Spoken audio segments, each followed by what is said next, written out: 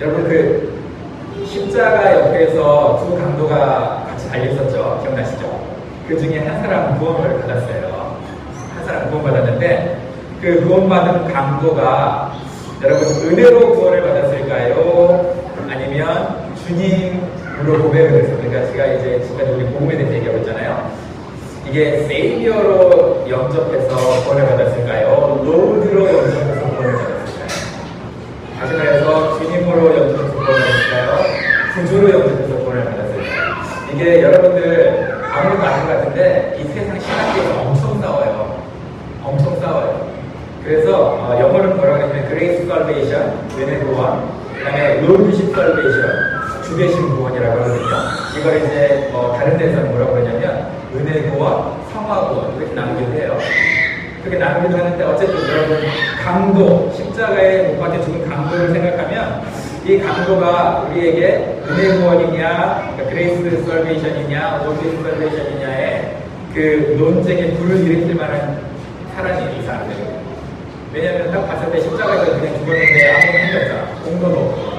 그죠? 그냥 콜라한 건 뭐예요? 고백이거든요. 믿음의 고백. 근데 믿음의 고백인데 여러분 이 사람이 그러면 구주로 고백했을까요? 주님으로 고백했을까요? 어떻게 생각하세요?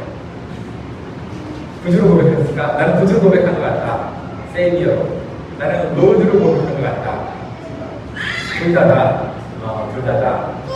여러분 우리가 성경을 안 읽으면 흔히 어떻게 생각하냐면 이 강도가 예수님한테 예수님 십자가의 보혈로 저의 모든 죄를 지금까지 지은 모든 죄를 씻어주세요 라고 했을 거라고 생각을 해요. 근데 성경에 보면 그렇게 했을까요? 아니에요. 성경에 이 강도가 뭐라고 얘기하냐면요, 예수여 당신의 나라에 임하실 때에 당신의 나라에 임하실 때에 나를 기억하소서. 무슨 얘기예요 그러면? 자, 두 가지가 있다고 그랬죠. 세이비어로 영접하려면 우리가 나라를 얘기하지 않겠죠. 그냥 예수님 얘기하겠죠. 근데 로드로 영접했어요. 그러니까 하나님의 나라, 킹덤 오브 갓을 고백한 거예요. 그러니까 둘 중에 하나 이 강도가 고백했다라고 한다면 하나님 나라를 얻었기 때문에 이 강도는 찰나의 순간에 예수님을 세이비어로 영접한 게 아니고 예수님을 로드로 영접한 거예요. 이해가시죠? 로드로 영접한 거예요. 그러니까 그렇게 따지면 우리가 세이비어를 영접하는 것보다 뭐를 영접하는 게 더 안전할까요? 네, 주님으로 영접하는 게 더 안전합니다. 사실. 근데 우리는 주님을 영접하기 싶어하지 않아요. 왜? 주님으로 영접하면 손해볼 게 많은 거거든요. 그냥 구주가 되세요. 나의 구주, 그냥 나의 친구. 주님의 말씀 성부될 때 땅과 하늘 진동하리니 나의 사랑 고백하리라. 나의 구주, 나의 친구. 그냥 나의 구주, 나의 주님, 나의 친구가 아니고 나의 구주, 나의 친구. 그렇게만 고백한다는 거죠. 저희가 지금 이제 복음 시리즈 해가지고 제가 이번 6주차인데 우리가 복음을 복습 중이죠.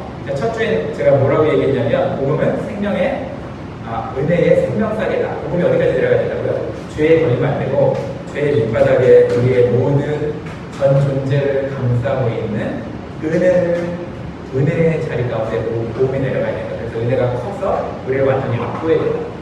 그러면 내가 어떻게 변한다고요? 내 정체성이 확실하게 변한다. 내가 변하려고 노력하는 게 아니고 그냥 정체성이 변한다는 거예요. 그렇게 하면 어떻게 살아가게 되느냐? 하나님의 나라를 위해서 살아가게 되는데 그전에는 내가 세상에 살 때 필요한 게 누구야? 하나님이야. 그래서 나 세상 하나님 순으로 돼 있었는데 지금은 내가 영적인 눈이 땡기니까 정체성이 바로 되니까 어떻게 된다고요? 하나님을 위해서 내가 세상을 살아가는 삶이 된다. 이게 뭐라고요? 이게 하나님 나라를 살아가는 자세라고요. 하나님을 위해서 내가 세상을 살아가는 거예요. 하나님의 영광을 위해서. 그렇게 그런 바른 순서로 살아야 된다고 제가 말씀드렸어요. 그런 바른 순서로 살려면 어떻게 된다고요?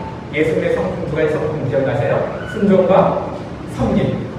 순종과 섬김이 이 세상에서 내가 배워가야 할 성품이라고 했어요.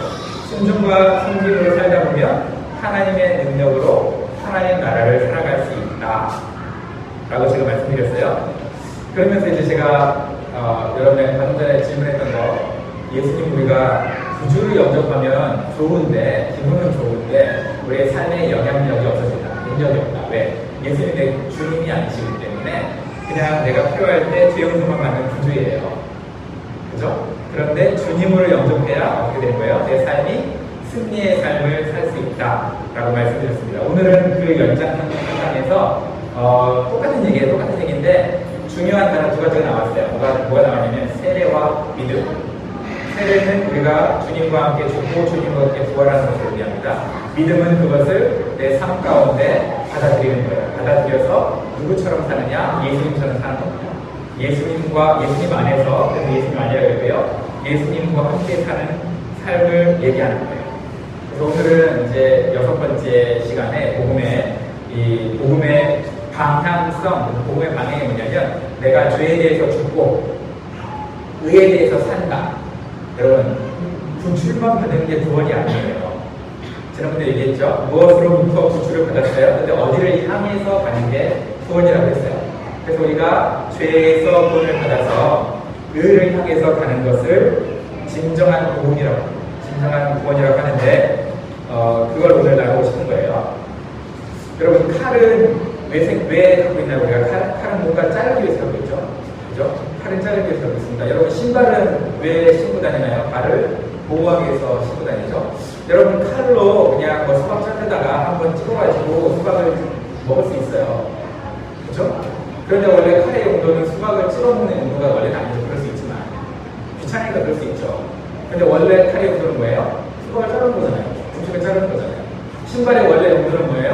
신고 다니는 거잖아요. 우리가 신발에다가 한국에 정말 무식한 MT 컨셉이 있는데 그래도 막걸리랑 맥주랑 소주 넣어가지고 섞어가지고 먹게 할 수도 있어요. 그죠? 무식한 짓을 할 수도 있죠. 근데 원래 신발의 용도는 뭐예요? 신는 거지. 그런 이상한 신발이 하라고 하는 게 아니잖아요. 그죠? 그런 거예요. 우리가 그렇게 목적에 따라서 살 때 아름답습니다. 그럼 우리도 구원받은 사람들도 우리도 이 세상을 살아가는 목적이 있을까 없어요? 있죠.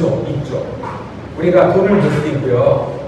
우리가 쾌락을 즐길 수도 있고 자기 명예를 자아 성취하면서 살 수도 있어. 근데 그게 원래 목적은 아니라는 거예요. 그럴 수 있지만 그게 원래 목적은 아니에요. 이렇게 살면 여러분 어떻게 될까요? 원래 목적은 있고 수박으로 그냥 계속 수박이 된다. 칼로 수박 찍어 먹는 거고, 그죠? 신발로 자꾸 음료수 부어 먹는 거예요. 그런 거에 그냥 그럴 수 있지만 원래 우리의 목적은 뭐냐? 하나님 나라를 향해서 우리가 가는 겁니다. 하나님 나라를 향해서 우리가 하나님 나라를 이 땅에서 살아가는 겁니다. 이 땅에서 살아가는데 그걸 쉽게 얘기해서 뭐라고 얘기했냐면 그리스도와 함께 묻혔고 뭐가 죽었다는 걸까요? 우리의 죄가 죽었고, 그죠? 그 다음에 하나님의 능력으로 살았어요. 하나님의 능력으로 부활했다는 건데 그럼 부활해서 뭐 한다는 겁니까?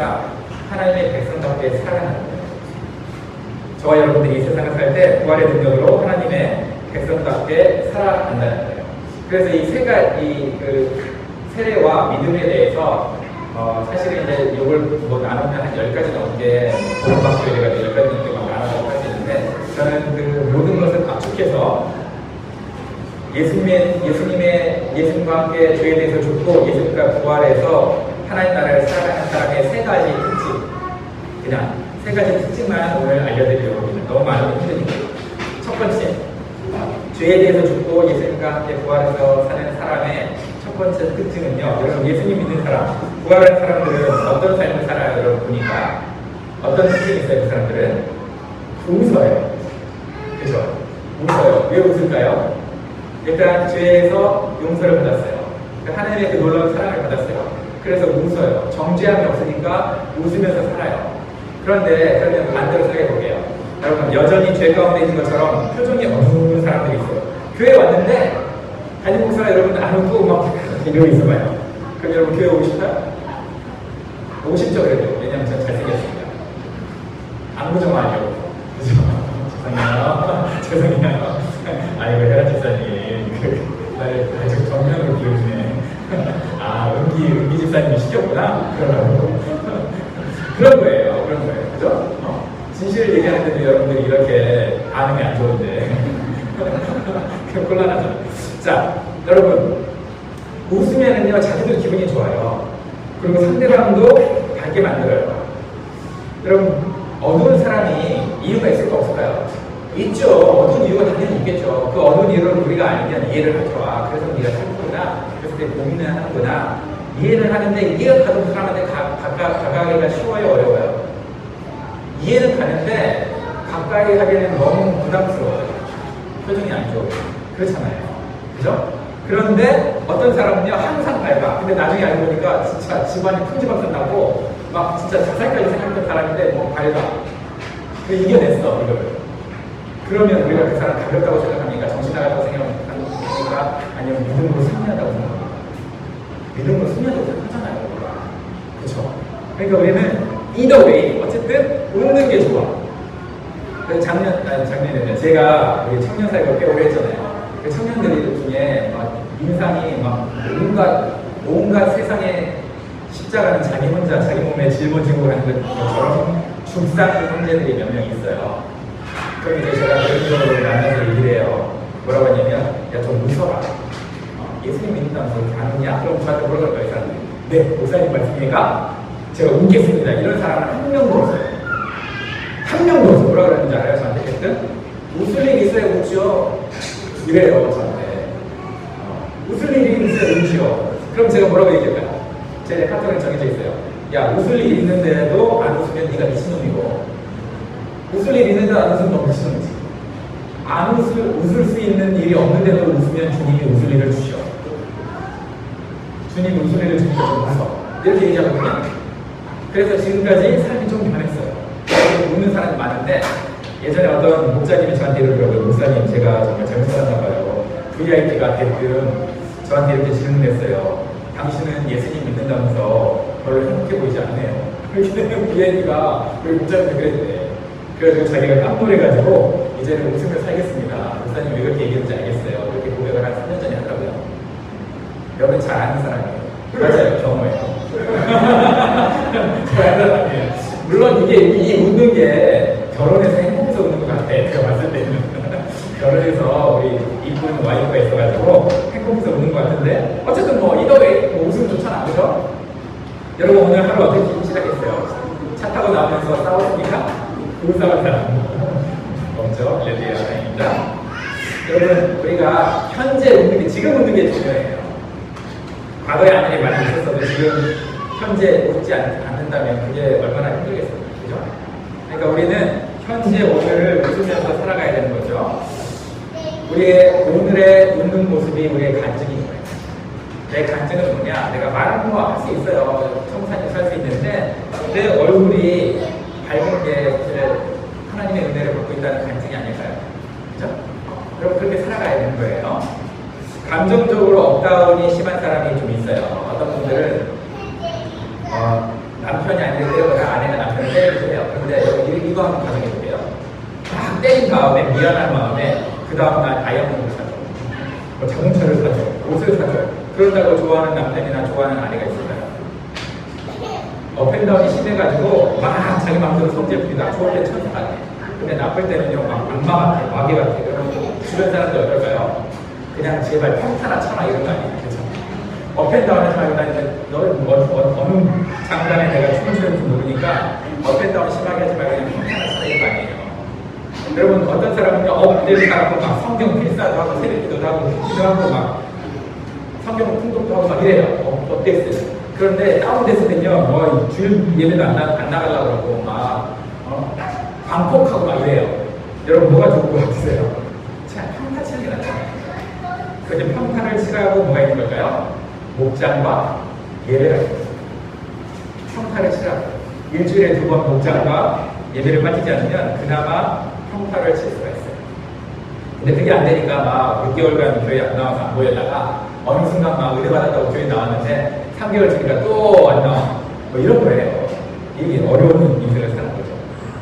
여러분, 우리가 웃을 수 있는 이유는요, 하나님의 은혜가 죄를 뚫고, 예수님의 복음이 죄를 뚫고, 우리 밑바닥에 뭐가 있는지를 알려주기 때문에, 우리 인생은요, 은혜로, grace driven life, 은혜로 우리가 이끌려가는 인생을 살고 있어요. 여러분 힘들죠? 인생을 살 때. 안 힘든 사람 누가 있겠어요? 그렇게 힘듦에도 불구하고, 결국 여러분의 밑바닥에 뭐가 있다고요? 하나님의 은혜가 있습니다. 그걸 믿어야 돼요. 내 이 뭐 좀 심각한 말로 그지 같은 인생도 이 그지 같은 인생도 밑바닥을 파면 뭐가 나온다고요? 하나님의 은혜가 나옵니다. 여러분 인생이 하나님의 은혜로 둘러싸여 있다고요. 그걸 믿고 살아야죠. 그러면 웃을 수 있습니다. 하나님의 복음이, 예수 그리스도의 복음이 우리의 은혜의 자리까지 내려가서 우리를 감싸는 걸 여러분들 경험할 수 있는 거예요. 그러면 어떻게 된다고요? 예수님을 구주로 영접하지만 뭘로 영접해야 된다고요? 주님으로 영접해야 됩니다. 주님으로. 자, 여러분 오늘 저를 따라서 예수님은 나의 구주고 나의 주님이십니다. 한번 해볼까요? 시작! 예수님은 나의 구주시고 나의 주님이십니다. 네, 이런 뜻을 선언하는 거예요. 주님은 나의 정말 주님이십니다. 이렇게 고백하면 되는 거예요. 그러면 여러분 웃음이 생깁니다. 여러분 웃음이 안 생기는데도 웃으면 또 웃음을 주십니다. 그런 믿음으로 여러분 살아가기 바랍니다. 자, 죄에 대해서 듣고 예수님과 함께 부활하는 사람 두 번째 특징은 뭐냐면 첫 번째는 뭐라고요? 웃는 사람이에요. 두 번째는 뭐라고요? 두 번째는 믿음으로 삽니다. 믿음으로. 자, 믿음으로 산다는 게 너무 추상적이에요. 하나 예를 들어드릴게요. 여러분 어떤 물건을 살 때 꼭 사야 돼. 셀프를 사거나 아니면 뭐 중요한 좋은 물건을 사야 돼. 근데 여러분 돈이 없으니까 아끼려고 하지만 그 있는 버젯 안에서 최고 좋은 걸 삽니까? 아니면 정말 그 버젯을 깎아서 그냥 에이 내가 이거 사자 이러고 그냥 매일 마데인 치나 삽니까? 보통 돈이 너무 없으면 마데인 치나를 사요. 그런데 그냥 상식적으로 우리가 정말 갖고 싶은 걸 살 때 여러분 무리해서 사잖아요. 어떨 때는 욕심이 생겨가지고 버젯을 초과하잖아요. 여러분 눈높이를 낮춰서 작은 걸 사는 것도 지혜이긴 한데 보통 우리가 눈높이를 낮춰서 저렴한 걸 사는 데는 어떤 겁니까? 그래도 쓸만한 거 사죠. 그래도 쓸만한 거. 그죠? 왜 그렇습니까? 그래야 후회를 안 하니까. 그런데 믿음으로 사는 사람들도 그래야 되거든요. 믿음으로 산다는 건 뭐냐면 내가 이 정도 믿음으로 살면서 후회 안 할 정도의 믿음으로 살아야 되는데 이게 영적인 건 자꾸 낮춰서 잡아, 기준을. 영적 기준을 아예 그냥 낮춰서 잡아요. 물론 제가 여러분들에게 영적인 기준을 높여 잡아라 그러면서 24시간 주님을 맨날 그냥 묵상해야 되니까 설교 맨날 듣고 찬양하고 기도하고 그러는 게 아니에요. 영적 훈련의 우선순위를 말하는 거예요. 여러분이 어떤 영적 훈련이 딱 있을 때 그걸 맨 뒤에 리스트에서 맨 아래에 있어요. 이거는 기준을 너무 낮게 잡아요. 리스트에서 맨 위로 가면 너무 좋은데 그건 너무 현실적으로 어렵다. 그러면 적어도 두 번째, 세 번째는 해야지. 그죠? 그런데 이걸 리스트에서 맨 예배 생활, 목장 생활, 성김, 기도 이런 거 다 맨 일단은 뭐가 가장 중요해? 돈 버는 건강, 취미 생활 이런 것만 제일 중요한 거예요. 그러면 곤란하다는 거죠. 믿음으로 산다는 거는요, 먼저 그 나라와 그의 의를 구하는 그걸 우선순위를 두는 게 믿음으로 사는 거예요. 그래서 사람들이 이런 고백을 자주 해. 나는 하나님의 사랑을 잘 압니다. 하나님을 잘 느끼며 삽니다. 하나님께 감사하며 삽니다. 난 하나님의 영광을 위해서 삽니다. 말을 잘해요. 말을 잘하는데 그 사람들을 보면요, 자기를 높이려고 하나님을 끌어다 쓰는 사람들이 많아요. 그냥 그 사람의 입에서 하나님이라는 단어를 빼도 별 그냥 크게 삶이 달라지지 않은 그런 사람들이 많아. 그러면서도 왜 하나님을 갖다 쓰는 거죠? 그리고 하나님을 위해서 자기가 살아간다고 하면서 착각은 해요. 그런데 정작 뜯어놓고 보면 하나님 없어도 잘 사는 사람인데 그냥 하나님이라는 이름을 그냥 네임을 붙여가지고 내 삶을 붙여놓은 것 뿐이야. 이거는 하나님 나라를 위해서 사는 게 아니죠. 한 2년 전에 우리 이근성 선생님께서 설교하신 적 있어요. 내 인생이 하나님을 집어넣어서 해석이 안 되면, 그죠? 하나님을 집어넣어서, 잘못되겠죠. 내 인생에 하나님을 집어넣어야만 해석이 되는 인생이라면 다른 인생이다. 그죠? 내 인생이 하나님 없이도 해석이 된다. 그러면 그냥 내가 사는 거고요. 하나님이 들어가서 내 인생에 하나님이 들어오셔서 하나님으로 인해서 하나님으로만 해석이 되는 인생이 정말 좋은 인생이다. 그렇게 살아가자라고 한 적이 있어요. 기억나시죠? 여러분 마찬가지예요. 우리가 그러면 내가 하나님으로 해석되는 인생이라는 게 어떻게 알 수 있느냐? 여러 가지 바로미터가 있죠. 그걸 한가락 말씀은 바로미터가 있는데 첫 번째 바로미터를 요한 웨슬레는 이렇게 얘기했습니다. 당신의 돈 지갑이 되게 할게. 당신의 돈 지갑이. 헌금만 하는 얘기가 아니에요. 지금 말씀드리는 건.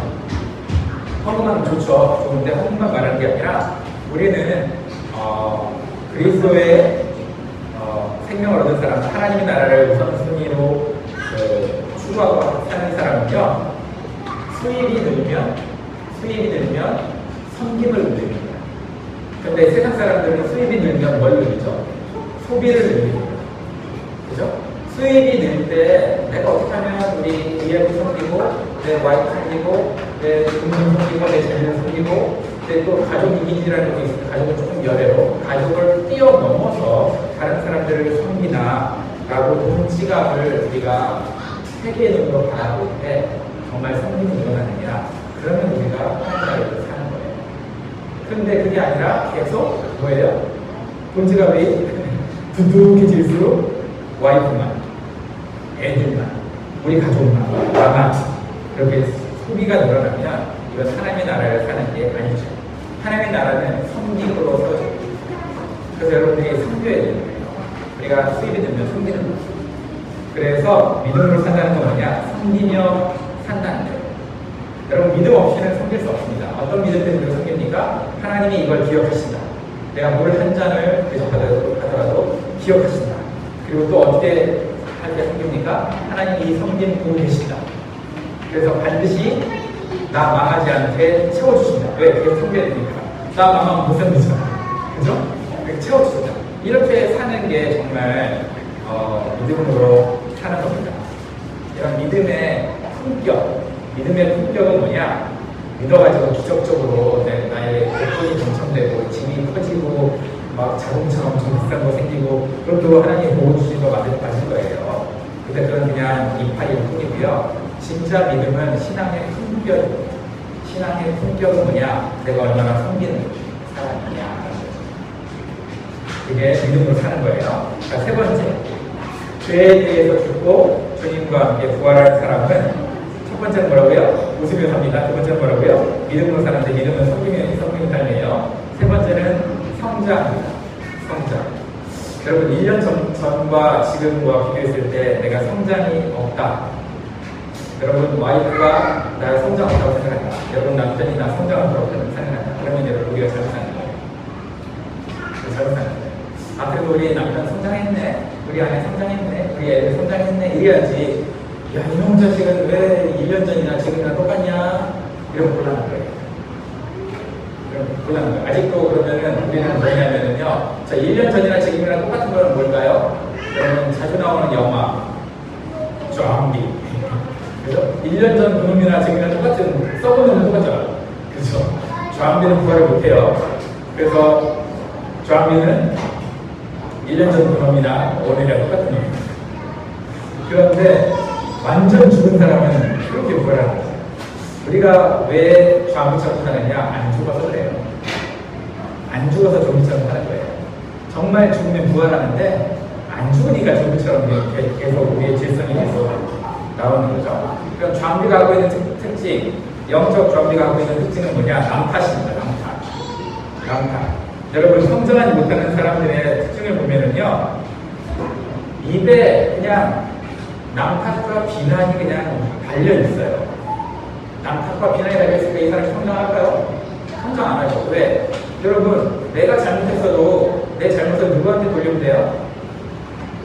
저 사람한테 돌리는데 내가 무슨 성장을 하겠어요? 얼마나 쉬워. 우리는 쉽게 살아가거든요. 내가 한 45% 잘못했고 상대방이 55% 잘못했다. 그러면 그 사람 하시겠지. 근데 내 잘못이 99%고 상대방 잘못이 1%거든요. 그래도 우리는 남탓을 해요. 왜? 그래야 내 99% 잘못이 없어집니다. 없어진다고 착각을 하니까. 남 탓하는 사람은요, 절대 성장이 없습니다. 이런 사람도 있어요. 야, 너는 좋은 말 하는데 너는 욕을 하잖아. 너 욕하니까 네가 잘못이야. 그런데 내가 객관적으로 봤을 때요, 욕하는 사람은 잘못 맞아요. 그런데 욕하는 사람보다 더 큰 잘못을 이 사람 하고 있어요. 어떤 사람보다 어떤 잘못을 하고 있냐? 자꾸 삐죽거려. 비아냥거려. 비아냥거리니까 이 사람 욕을 할까요? 안 할까요? 욕을 하지. 네가 비아냥거리니까 이 사람 욕을 하지. 그죠? 근데 이 사람은 세상의 기준은 뭐예요? 욕하는 게 더 잘못한 것처럼 보여. 비아냥거리는 거는 뭐 그렇게 안 하고. 어떤 사람 이런 사람이 있어요. 존댓말 했어요. 여러분 존댓말 쓴다고 그 사람이 인격적입니까? 여러분 이렇게 한번 얘기해 볼게요. 여러분. 우리 경호 목사님한테 경호 목사님 시끄러워 죽겠는데 내가 좀 주세요. 네 이랬어. 존댓말인데 기분 나쁘지 않는 거예요. 기분 나쁘죠. 그런데 경호야 내가 좀 도와줄 수 있어. 존댓 반말인데 기분 좋죠. 차라리 뭐가 더 존중해 주는 것 같아요. 두 번째죠. 물론 우리 이렇게 됩니다. 경호 목사님 내가 좀 도와줄 수 있어요. 이게 최고죠. 이게 최고인데 이거 안 되니까 보통 사람들이 둘 중에 하나밖에 안 되잖아. 반말을 체크하든지 존댓말 어떻게 하는 거든지 둘 중에 하나밖에 안 되니까. 그런데 그런 거예요. 여러분 존댓말이 톤하게 좋은 건 좋은데 둘 중에 하나 해야 된다. 그러면 형식보다 뭐가 좋아야 될까요? 톤이 좋아야 돼요. 여러분 남편들이 왜 화내는지 아세요? 아내한테? 아내의 톤이 안 좋거든요. You need to watch the tone. 굉장히 중요합니다. 알겠죠? 말은 바른 말인데 톤이 안 좋으니까 남편들이 속된 말로 많이 치는 거예요. 많이 치는 거예요. 그러니까 그러면 이제 남편이 빡치니까 남편이 화를 내죠. 욕하겠죠. 그러면 욕하면 이제 아내는 뭐 합니까? 거기다 대고 반박하고 방어하고 반격하고 그렇겠다 그러고 막 이러는 거죠. 그러니까 두 사람의 마음이 어떻게 돼요? 배 꼬여가지고 스크루가 아닌 것이 그죠? 배 꼬여가지고 상대방의 말하는 핵심과 중심을 캐치하기보다는 뭐를 이제 잡는 거예요? 그래서 말꼬리를 잡는 거예요. 우리가 왜 말꼬리 잡습니까? 이게 이겨먹으려고. 말꼬리 잡는 거 이겨먹으려고 그래요. 여러분 수반에 이겨먹으려는 게 있으면 말꼬리를 잡게 돼 있어요. 이런 사람들은요 자기 중심적이고 자기가 최고이기 때문에 상대방 절대 안 됐습니다. 자기 중심적이고 자기가 최고라고 생각하는 첫 번째 존재가 누군지 아세요? 마음입니다. 하나님을 위해서 창조됐는데요. 자기가 자기중심적이 되어버렸어. 내가 내 이름을 좀 높여오리라, 나를 살리라. 그런 거죠. 그 똑같은 그 속성을 누구한테 준 거예요? 하와한테, 선악과를 가지고 하와한테 줬어요. 그러니까 하와가 이 마귀의 속성을 장착을 해버렸네? 자기 삶에 마귀의 속성을 장착을 해버렸어. 그래서 어떻게 됐냐면요. 창세기는 그 현상을 뭐라고 얘기하냐면 아내가 남편을 원하고라고 했거든요. 아내가 남편을 원하고가 그냥 NIV나 이런 데서는 디자이어로 번역했어요. 디자이어, 갈망하고. 근데 원래 디자이어가 그게 아니고 정확히 성경적으로 보면 desire to control이에요. 아내가 남편을 컨트롤하려고 하고 에요. 제 얘기가 아니에요, 여러분. 드셔보세요. 챗GPT한테 물어보면 알려줘요. 여러분, 죄된 여성이 죄성을 못 버리면 남편을 컨트롤해요. 네, 조심해야 돼요. 저 남성 우월주의라고 생각하지 마세요. 오해하지 마세요. 절대 그렇지 않습니다. 남성 우월주의가 아니에요. 여러분의 남편한테 짜증이 났어요? 자, 여러분 중심으로 들어가 볼게요. 여러분의 남편의 짜증이 났어요. 1. 내 마음대로 안 해주니까. 2. 하나님 뜻대로 안 하니까. 자, 뭐예요?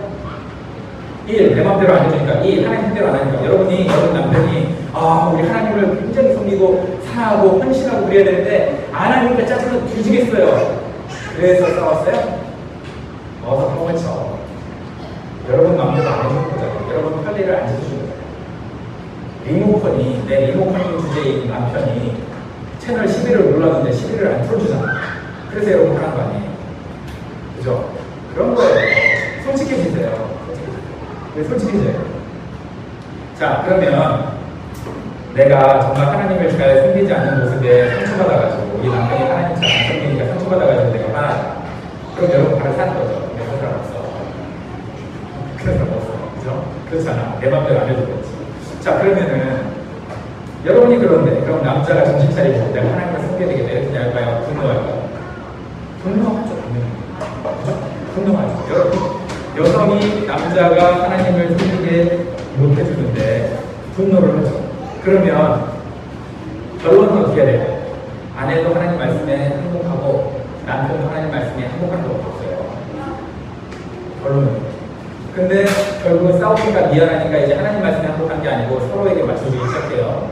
그래서 내가 미안하니까 뭐 선물이라도 사주자. 내가 잘못했네. 맛있는 밥이라도 해주자. 그게 맞춰주기 시작하면 거기에 누가 없어집니까? 하나님이 없어집니다. 그렇게 60년 살다가 어떻게 됩니까? 신앙 갈가먹는 거예요. 누군가 누구에게 행복해 됩니까? 하나님 말씀이 행복해요. 하나님 말씀에 행복해야 여러분 바가지가 안 걸고 당신과 나는 영적 존재로 동등하지 않냐. 동등해. 성적 차별이 있어요. 그래도 자기 역할의 차별이 있잖아요. 그렇죠? 역할이 다른 건데 동등한데 너랑 나랑 50대 50 아니냐 이러면서 머리 대신 예수님을 못 잡아먹는가? 머리 대신 예수님 대신에 누굴 잡아먹는 거예요? 머리라고 인정하라고 한 남편을 잡아먹는 거예요. 그러니 가정에 뭐가 생깁니까? 불화가 생기죠. 그렇게 되는 거예요. 아, 우리 목사님 평상시에는 우리 아내들 편이들이 오늘 알았네. 남성 우월주의자네. 이렇게 생각하면 여러분 제대로 못 본 거예요. 제대로 못 본 거예요. 절대. 여러분 영적 질서는 지켜야 됩니다. 자기 감정대로 살면 안 돼요. 그리고 여러분들이 한번 싸울 때 아내들이 남편한테 싸울 때 녹음 한번 해보세요. 그리고 한다고 했을 때 한번 들어보세요. 그러면요 여러분 감정대로 말하고 하고 여러분이 말하는 논리적인 합리적인 그 내용이 모순이 되거든요. 엄청 모순이 돼요. 그걸 모르는 거예요. 녹음 안 하니까. 녹음해서 천천히 한번 들어보세요. 그러면 내가 억지 부리고 있구나라는 걸 알 수 있어요. 아, 내가 정말 억지만 부리는구나. 우리 남편 뒤지겠다 이러다가 내가 잘못했구나라는 걸 알 수 있어요. 자, 그렇다면 죄에 죽고 의에 사는 사람은 성장한다 그랬어요. 성장하는 사람은 어떤 모습일까요? 성령의 9가지 열매 기억나시죠? 한번 넣어볼까요? 사랑, 희락, 화평, 우레청음, 자비, 양선, 충성, 공유, 절제 이렇게 있습니다. 그렇죠? 절제. 이렇게가 성령님의 열매인데 우리가 왜 성령님의 열매를 잘 못 맺고 성장이 없느냐? 우리는 너무 거칠에 빛 좋은 기살구에 집중해서 그래요. 빛 좋은 기살구라고까지 표현해서 죄송한데 뭘 얘기하고 싶은 거냐면 성령님의 은사. 우리는 성령님의 은사에만 집중하니까요. 가는데 병고침 받아 얼마나 멋있어요. 근데 여러분 가는데 병고침 받고 방언 통역하고 영분별하고 예언하고 이런 은사가 좋으세요? 아니면 여러분 안에 희락이 넘쳐 절제할 줄 알아 오래 참아 뭐가 더 좋으세요? 보통 사람들은요 겉으로 보는 은사가 좋아요. 그러니 은사주의자들은 엄청 많은데 성령의 열매 이래가지고 착각하는 데는요 있지도 않아. 그죠?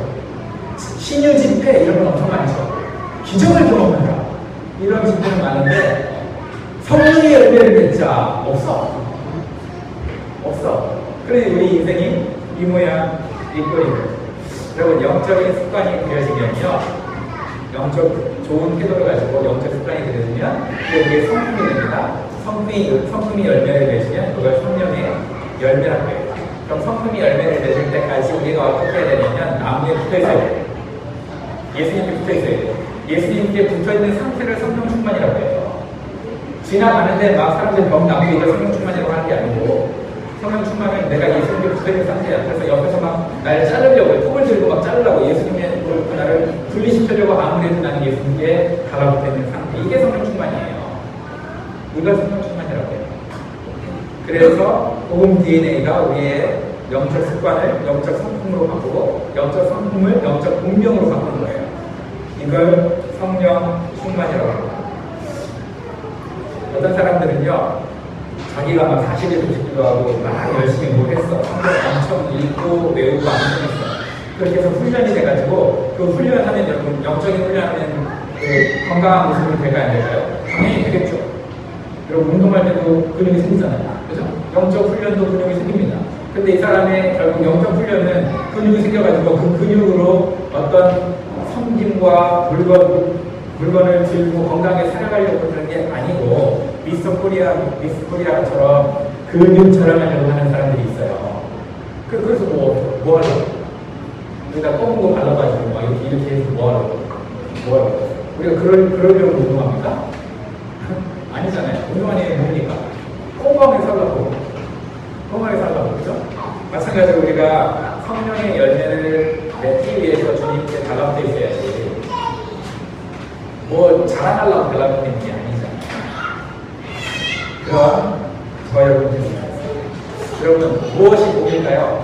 두 가지 얘기가 있습니다. 첫 번째, 내가 죄를 짓는데도 하나님이 모든 사람들의 눈을 가려주셔서 내가 죄를 짓는데도 안 걸리고, 이게 있고요. 내가 죄를 짓는데도 안 걸리고, 이걸 다른 하나는 내가 모든 종류의 죄를 이길 힘을 주님이 주셔. 그래서 죄를 짓고 싶은데도 죄가 안 지어져. 어떤 때 내가 실수해가지고 죄를 짓고 싶어서 만약에 클럽에 갔어. 원나잇 스탠드 하려고 클럽에 갔는데도 너 같은 오징어는 안 돼. 이러면서 사람들이 안 꼬여. 안 꼬여. 둘 중에 뭐가 더 복된 삶일까요? 죄를 무지하게 짓고 다녔는데도 교통사고도 안 나고 저주도 안 받고 안 걸려. 이거 하고 죄를 어떨 때 한 번은 정말 죄를 한번 지우고 싶은데도 죄가 도망가. 죄가 근처로 안 와. 뭐가 더 복된 삶일까요? 여러분가요? 후자라는 거 알잖아요. 그래서 죄가 나를 피해가고 가끔 내가 너무 열악해서 죄를 짓고 싶은 마음이 잠깐 들었는데도 오히려 죄가 도망가. 그게 복 아니겠어요? 그죠? 그런 삶을 오늘 살아가라고 복음을 주셨다라고 얘기하는 거예요. 그래서 우리가 세례받았다. 죄와 함께 죽었어요. 죄에 대해서 죽어버렸는데 어떻게 죄를 그리워할 수 있겠어요? 죽었는데. 죄가 안 죽었으니까 죽으니까 그래야겠죠. 죄와 함께 죽어버렸어요. 그리고 의를 갈망하는 사람으로 만들어줬다는 거예요. 그게 지금 하나님의 능력을 믿는 믿음으로 살아난다는 거고요. 그러면 그런 삶이 어떤 삶을 사는 거예요? 그리스도 안에서 그리스도와 함께 사는 거예요. 여러분 뭐가 부럽습니까? 여러분 마지막에 어땠으면 좋겠습니까? 죄를 지었는데도 그냥 용서받는 삶, 그런 삶이니까 이 사람은 죄를 초월했어. 죄가 아주 피해다녀요. 죄가 도망다녀요. 죄가 도망다녀요. 예수님 안에 있고 예수님과 함께 있어서 죄가 도망다녀요. 그리스도 안에서 그리스도와 함께 살아서 죄가 도망다녀요. 심지어 죄를 짓고 싶어 한번 유혹되다가 너무 약하니까 유혹에 빠져가지고 한번 죽을 텐데도 죄가 도망다녀요. 그런 인생이 행복한 인생인가요? 무슨 인생이 행복할까요? 죄를 지으면서도 안 걸리는 게 행복합니다. 그게 가장 최고의 저주죠. 죄가 좋은가? 하면서 잠깐 유혹에 빠져가지고 한번 가볼까? 갔는데 너는 여기 어울리는 사람이 아니야? 라면서 죄가 나를 거부하는 삶. 죄가 나를 거부하는 삶이 부활한 사람들의 삶인 거예요. 그게 하나님께서 우리에게 원하시는 하나님 나라를 살아가는 삶의 방식인 거예요. 사랑하는 우리 예단교회 식구 여러분, 복음의 본래 목적은요, 죄를 용서해 주는 것 맞습니다. 근데 내가 걸어가는 곳마다 죄가 물러나게 만들어요. 그런 삶을 살라고 우리를 부르신 거예요. 그게 부활한 삶의 모습이 전형적인 모습. 그거를 세 가지로 제가 이렇게 했어요. 웃으며 삽니다. 그리고 믿음으로 섬기며 삽니다. 그리고 성장하며 삽니다. 성장하며 삽니다. 오늘보다 내일 다르고 내일보다 모레 더 성장합니다. 그렇게 살아가는 저와 여러분들이 되시기를 주님의 이름으로 축원합니다.